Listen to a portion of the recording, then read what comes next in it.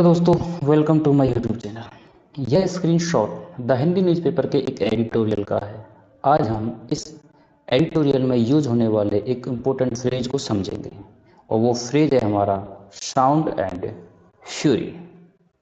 और साथ में ही हम इस एडिटोरियल का एनालिसिस भी करेंगे ग्रामर और एग्जाम्पल्स के साथ में। यह सेशन आपके इंग्लिश कॉम्प्रिहेंशन और वोकेबुलरी के लिए बहुत ही फायदेमंद होगा। तो चलिए बढ़ते हैं अपने सेशन की ओर। Sound and fury.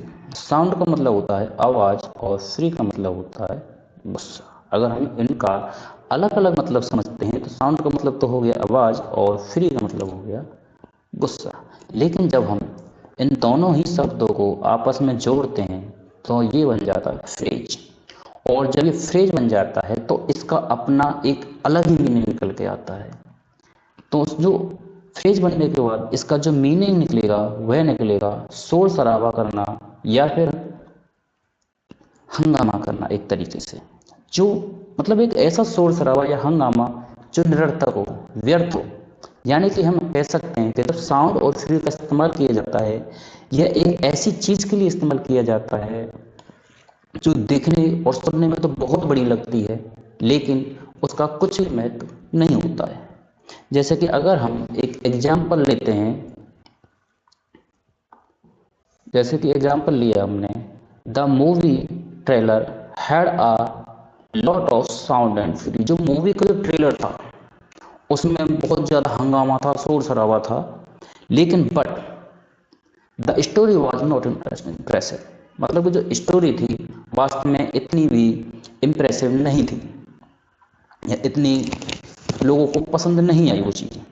तो यही है साउंड एंड फ्यूरी का मतलब, असली मतलब यही होता है कि शोर शराबा होना लेकिन उसका वास्तव में कुछ भी मतलब नहीं होना। देखते हैं अपने इस एडिटोरियल का सेंटेंस नंबर फर्स्ट। सेंटेंस में मैंने इस एडिटोरियल को क्यों तोड़ा है, ताकि हम इसका एनालिसिस एक बेहतरीन तरीके से कर सकें और इसके जो ग्रामेटिकली रूल्स हैं उनको भी हम अच्छे से रिवीजन करते हुए चलेंगे।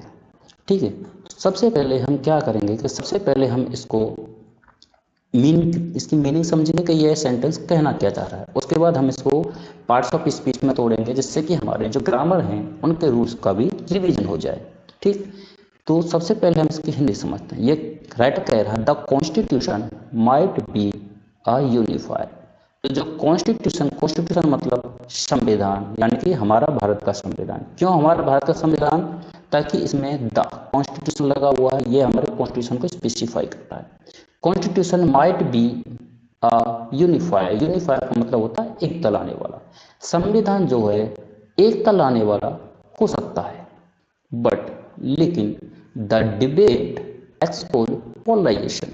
लेकिन जो बहस है, लेकिन जो बहस है उसने क्या कर दिया, उसने एक्सपोज कर दिया, उजागर कर दिया पोलराइजेशन, यानी कि ध्रुवीकरण, या हम कह दें कि विभाजनकारी जो राजनीति है उसको उजागर कर दिया है। ठीक, तो ये हमने इसका मतलब समझ लिया। यानी कि हम कह सकते हैं राइटर कहना चाह रहा है कि जो हमारा संविधान है वह एकता लाने वाला हो सकता है, लेकिन जो बहस है ना उसने विभाजनकारी नीति को उजागर कर दिया है, या विभाजन या ध्रुवीकरण को उजागर कर दिया है। ठीक, अब हम इसका समझेंगे ग्रामर के रूल्स, यानी कि इसमें ग्रामर के कौन कौन से रूल इसमें इस्तेमाल किए गए हैं। अब हम इसको पार्ट्स ऑफ स्पीच में तोड़ेंगे। अब भी इसको तोड़ने की कोशिश करें। नंबर दा से शुरुआत करते हैं। दा, दा क्या है हमारा? दा हमारा एक आर्टिकल है। अब आर्टिकल भी दो तरीके के होते हैं, डेफिनेट आर्टिकल और इनडेफिनेट आर्टिकल। तो अब आप सोचिए कौन सा आर्टिकल हो सकता है। ये हो गया हमारा डेफिनेट आर्टिकल, क्योंकि ये हमारा स्पेसिफाई कर रहा है कॉन्स्टिट्यूशन को। ठीक है, उसके बाद कॉन्स्टिट्यूशन क्या है हमारा, यहाँ क्या काम कर रहा है? हमारा काम कर रहा है सब्जेक्ट बनने का काम।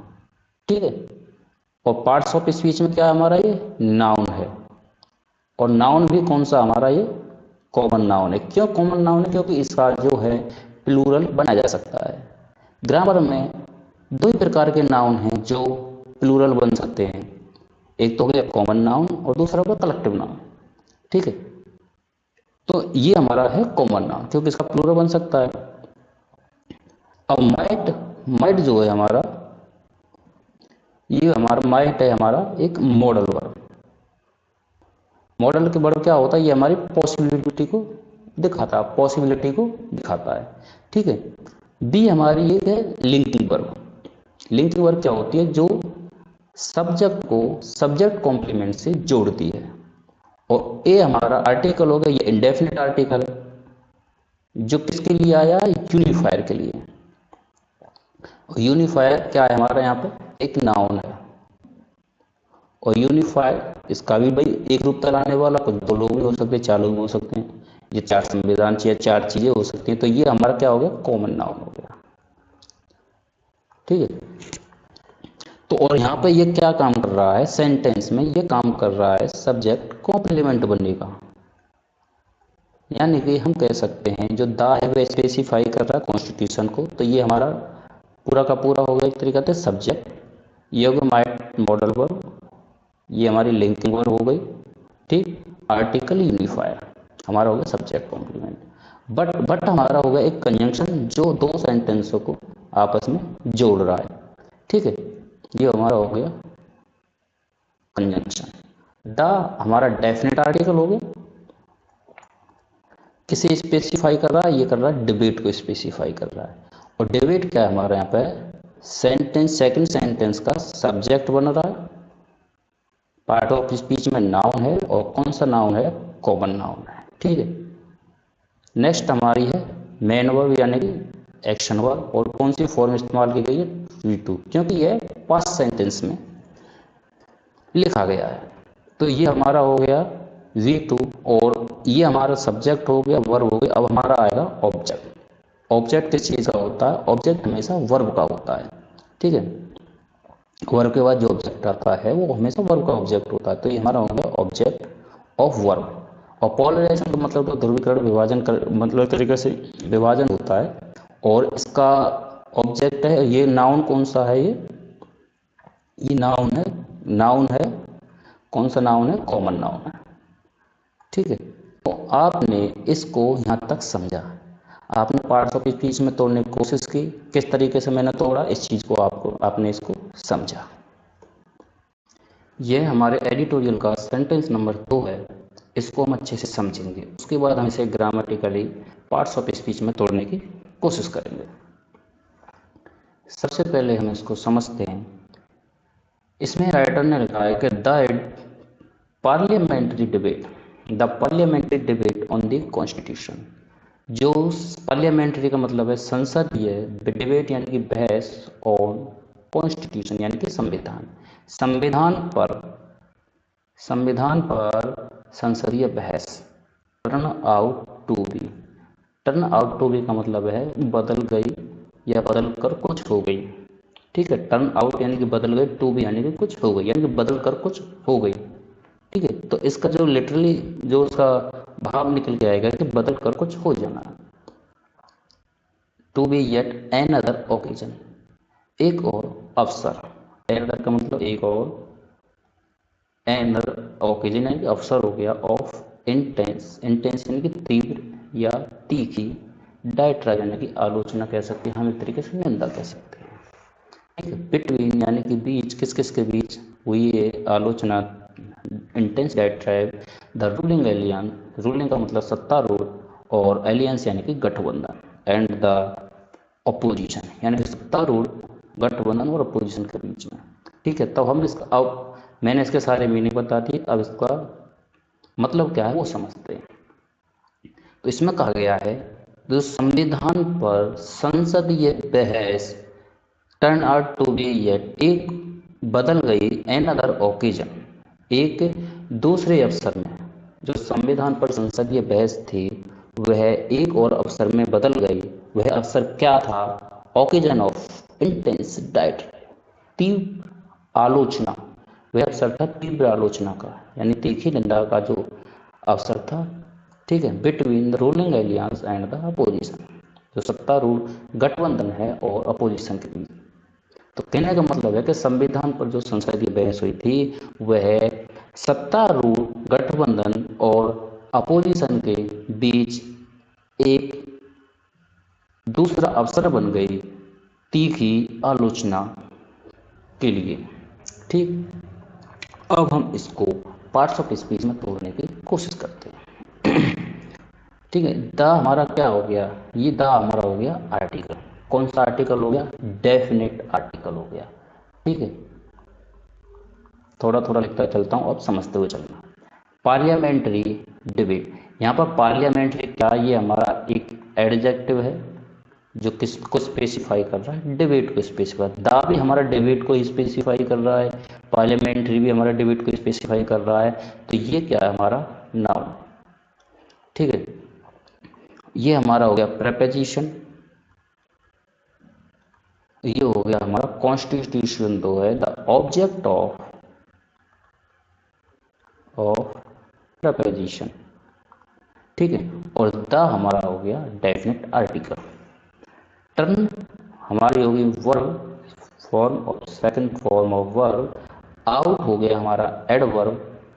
एडवर्ब किसको स्पेसिफाई कर रहा है, ये कर रहा है इस वर्ब को। ठीक है, टू बी, टू किस लिए आया है, टू बी, ये हमारा एक इन्फिनिटिव के रूप में आया है। टू बी एक तरीके से हम देखें, टू होता है इन्फिनिटिव का एक मार्कर, समझ लो इस तरीके से हम कह सकते हैं। टू बी येट हमारा है एक एडवर्ब, यहाँ ये एडवर्ब की तरह इस्तेमाल हुआ है जो किसको डिस्क्राइब कर रहा है, किसको स्पेसिफाई कर रहा है, हमारा ऑक्सीजन को। फिर एक और असर, और एन अदर एक हमारा डिटर्मिनर है, डिटर्मिनर बोल सकते हैं, या हम कह सकते हैं एक और अवसर, यानी कि एक तरीके से पोजीशन दिखा रहा अवसर पर कौन सा अवसर, एक और अवसर। ठीक है, तो ये हमारा हो गया नाउन,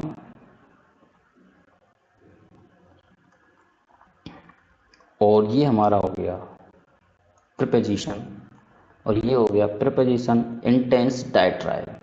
तो हमारा जो प्रीपोजिशन का ऑब्जेक्ट क्या बनेगा, ऑब्जेक्ट बनेगा हमारा ये नाउन। ठीक है, ऑब्जेक्ट ऑफ प्रीपोजिशन। और इंटेंस क्या हमारी, ये हमारी एडजेक्टिव, ये हमारा एडजेक्टिव की तरह कार्य कर रहा है, एडजेक्टिव है। और बिटवीन क्या हमारा प्रीपोजिशन, बिटवीन एक ऐसा प्रीपोजिशन है जो दो नाउन को जोड़ता है। ठीक है, बिटवीन द, पहला नाउन क्या है हमारा, रूलिंग एलियंस, यानी कि एलियंस हमारा नाउन नंबर फर्स्ट हो गया, यानी हम कह सकते हैं object one of between preposition. और जो रूलिंग है, आपने एक चीज पढ़ी होगी प्रेजेंट पार्टिसिपल, तो यहाँ एक प्रेजेंट पार्टिसिपल की तरह इस्तेमाल हुआ है। ठीक है, प्रेजेंट पार्टिसिपल क्या करता है, यह है इसको एलियंस को स्पेसिफाई करता है, इसकी एक स्पेसिफाई, इसकी क्वालिटी बताया कि एलियंस कैसा है, यह सत्तारूढ़ एलियंस है, यानी रूलिंग एलियंस है। तो ये जो रूलिंग एलियंस है ये स्पेसिफाई कर रहा है, तो यहाँ ये किस चीज़ की तरह कर रहा है, यहाँ ये काम कर रहा है आपका एडजेक्टिव की तरह। रूलिंग एलियंस एक एडजेक्टिव की तरह कार्य कर रहा है। एंड हमारा एक कंजंक्शन हो गया जो दो नाउन को जोड़ रहा है, एक तो हमारा एलियंस हो गया और एक हमारा द अपोजिशन हो गया। द हमारा डेफिनेट आर्टिकल हो गया, अपोजिशन हमारा नाउन हो गया। ठीक, आपने इसको पार्ट्स ऑफ स्पीच में तोड़ लिया। अब हम इसको तोड़ते हैं एक तरीके से फंक्शनल ग्रामर में, सब्जेक्ट और ऑब्जेक्ट में तोड़ने की कोशिश करते हैं। देखो, the parliamentary debate on the constitution, अगर इसको हकीकत में देखा जाए तो जो पार्लियामेंट्री डिबेट्स होते हैं यहाँ पर, यानी दो तीन जगह डिबेट हुई होती है तो डिबेट्स हो जाता है, तो यहाँ पे वर्ब जो है पास्ट है तो कोई फर्क नहीं पड़ता, फर्स्ट सेकंड थर्ड का। ठीक है, लेकिन अगर the parliamentary debate on constitution, भाई डिबेट हुई है कॉन्स्टिट्यूशन, तो ये अगर हम कह दें पार्लियामेंट्री डिबेट, संसदीय जो बहस है, बहस तो किसी मुद्दे पर हो सकती है ऑन द कॉन्स्टिट्यूशन। अब जो बहस हुई है वह कॉन्स्टिट्यूशन पे हुई है, लेकिन बहस तो किसी भी बिल पे हो सकती है, किसी भी एक्ट पे हो सकती है, या किसी मुद्दे पे हो सकती है। लेकिन इसमें जब हम पूरी बात को बोलेंगे तो ही हमारी समझ में आएगा कि यह जो लाइन है क्या कह रही है। ठीक है, ये जो लाइन है क्या कह रही है, तो यह कह रही था parliamentary debate on the constitution, जो संविधान पर जो बहस हुई उसकी बात हो रही है। तो ये जो हमारा पूरा का पूरा क्या बनेगा, यह पूरा का पूरा हमारा बनेगा नाउन फ्रेज, नाउन फ्रेज। ठीक, ये बनना हमारा पूरा पूरा नाउन फ्रेज। और टर्न आउट टू बी, अलग अलग हमने इसको तोड़ दिया। जो टर्न आउट टू बी है ये एक बनेगी हमारी लिंकिंग वर्ब। आपने लिंकिंग वर्ब पढ़ी होंगी, आप फ्रेजल लिंकिंग वर्ब भी कुछ होती हैं उनको भी पढ़ सकते हैं। जैसे कि आपने लिंकिंग वर्ब में पढ़ा होगा, एग्जाम्पल नंबर 1 ले लेते हैं, ही सीम्स टायर्ड, यानी कि वह थका हुआ है। ठीक है, ही सीम्स टायर्ड, थका हुआ लग रहा है या थका हुआ है। ठीक है, ये हमारा सब्जेक्ट हो गया, ये लिंकिंग वर्ब हो गया, और ये होगा हमारा सब्जेक्ट कॉम्प्लीमेंट। वैसे ही टर्न आउट टू बी एक लिंकिंग वर्ब होती है, फ्रेजल लिंकिंग वर्ब है, और ये तो हमारी लिंकिंग वर्ब हो जाएगी टोटल। और येट हमारा एडवर्ब है जो डिस्क्राइब कर रहा ओकेजन को। और another occasion of intense diatribe, another occasion of intense diatribe, यहाँ तक आप इसको कह सकते हैं सब्जेक्ट कॉम्प्लीमेंट। किस चीज में बदल गई? एक तीखी बहस की अवसर में बदल गई। यह जब हम पूरा इस सेंटेंस को बोलेंगे, मतलब पूरी लाइन को बोलेंगे, तभी हम ये समझ पाएंगे कि हाँ इसका मतलब क्या है। तो ये हमारा जो यहाँ से ये जो फ्रेज है सब्जेक्ट कॉम्प्लीमेंट फ्रेज, यह भी हमारा एक नाउन फ्रेज बनेगा और इसको हम कहेंगे एक सब्जेक्ट कॉम्प्लीमेंट। ठीक है, ये हमारा प्रेपोजिशन हो ही गया। प्रेपोजिशन के बाद the ruling aliens and the, ये object of preposition first and second object of preposition, क्योंकि ये प्रेपोजिशन ये एंड से जुड़े हुए हैं, तो नाउन हो गया। उम्मीद करता हूँ आपको इसमें से कुछ नया सीखने को ज़रूर मिला होगा। कुछ भूल से, कुछ गलत यानी कि आपको बता दिया है तो आप उसे सुधारने के लिए बोल सकते हैं, कमेंट में आप कमेंट कर सकते हैं। और अगर आपको ये चीज़ पसंद है, मैं इस तरीके से और कंटिन्यू करूँ इस तरीके से आपको वीडियो सेंटेंस में तोड़ के न्यूज़पेपर के जो एडिटोरियल के जो सेंटेंस हैं उनको इस तरीके से पार्ट्स ऑफ स्पीच में तोड़ तोड़ कर मैं आपको पढ़ाऊँ, तो कृपया चैनल को सब्सक्राइब जरूर कर लें और वीडियो को लाइक करें, ताकि इससे मुझे मोटिवेशन मिले और भी इस तरीका की मैं वीडियो आगे बनाऊँ अच्छे से। Thank you very much for watching the video.